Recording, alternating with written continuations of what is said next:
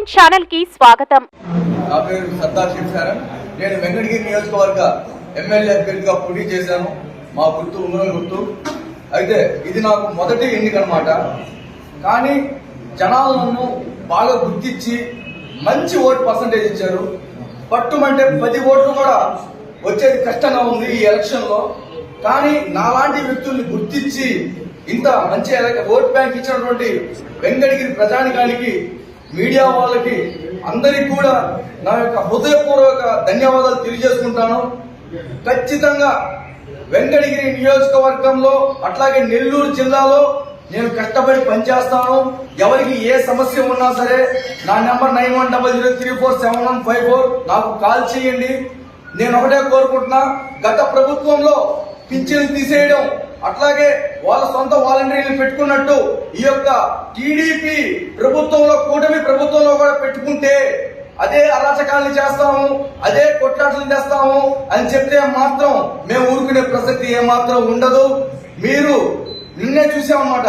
జగన్మోహన్ రెడ్డి గారు, చంద్రబాబు నాయుడు గారు, పవన్ కళ్యాణ్ గారు మాత్రం మంచోళ్లే. కానీ వాళ్ళ పక్కన కొంతమంది ఉంటారు చెడపురుగులు. నిన్నతో వింటా ఉన్నాం, రే మన వాలంటీర్లు పెట్టండి రా, టీడీపీ వచ్చిందా, ఏందా మీ వాలంటీర్లు పెట్టేది? ఎంఆర్ఓలు ఏమయ్యారు, ఎంపీడీఓలు ఏమయ్యారు, కలెక్టర్లు ఏమయ్యారు? మీ చేతగాని తనాల వల్ల నాలాంటి యువకులు ఈ రోజు నామినేషన్ వేసి 10 లక్షలు ఖర్చు పెట్టి గమ్ము కూర్చోన్నా. నేను కడుపు మంట. ఒక పక్క చూస్తే ప్రత్యేక హోదా గురించి మాట్లాడేవాళ్ళు లేడు. జడి లక్ష్మీనారాయణ గారు మీరు ఎందుకు పోటీ చేశారు సార్? ఒక అర్హత ఉంది నాకు.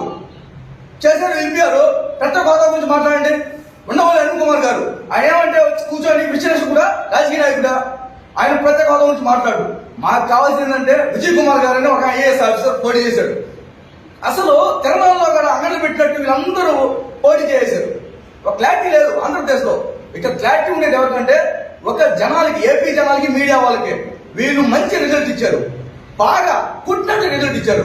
ఏదైతే ఒకటే కోరుకున్నా, మాకు ప్రత్యేక హోదా కావాలా, ప్రత్యేక ప్యాకేజ్ కావాలా, నాలాంటి యువకులకి ఉద్యోగాలు కావాలా, ఇది మేము కోరుకుంటున్నాం.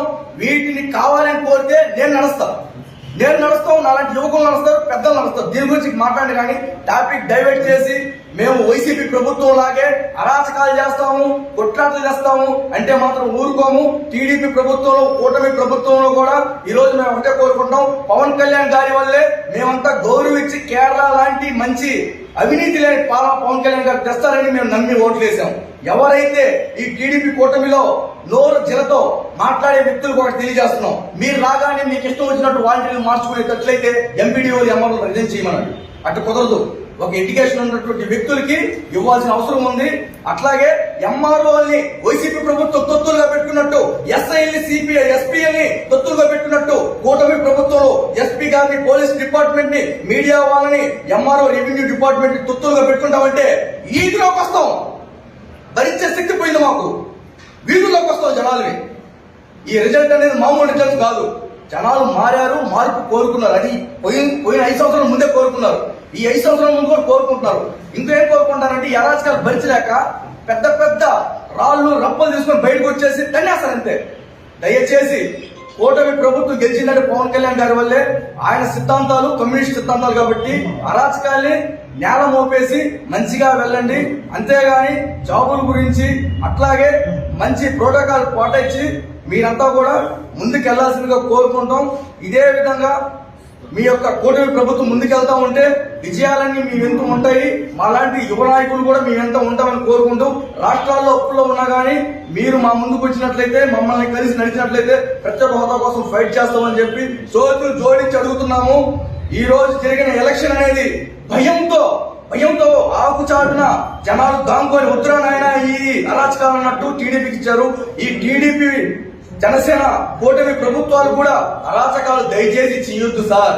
దయచేసి మీరు మీ యొక్క చెప్పు చేతుల్లో డిపార్ట్మెంట్ పెట్టుకోకుండా జనాలకి స్వేచ్ఛగా వదిలేసి ఎంప్లాయ్మెంట్లు ఇవ్వండి, మహిళలకి ఉపాధిని ఇవ్వండి అని చెప్పి కోరుకుంటూ మీ మీద నమ్మకంతో ఓట్లేసినటువంటి ప్రతి జనానికి ఉద్యోగ అవకాశాలు ఇచ్చి, స్వేచ్ఛనిచ్చి కేరళ తరహా ప్రభుత్వాన్ని తీసుకొని రండి సార్. పవన్ కళ్యాణ్ గారిని నేను చూశాను, ఆయన చెప్పులు లేకుండా నడిచిపోతుంటారు, ఆర్టీసీ బస్సులో వెళ్తూ ఉంటారు. కానీ ఎవరికి తెలియని విషయాలు అవన్నీ వాళ్ళ అభిమానులకే తెలుసు. దయచేసి నెల్లూరు జిల్లాలో కూడా అభిమానులు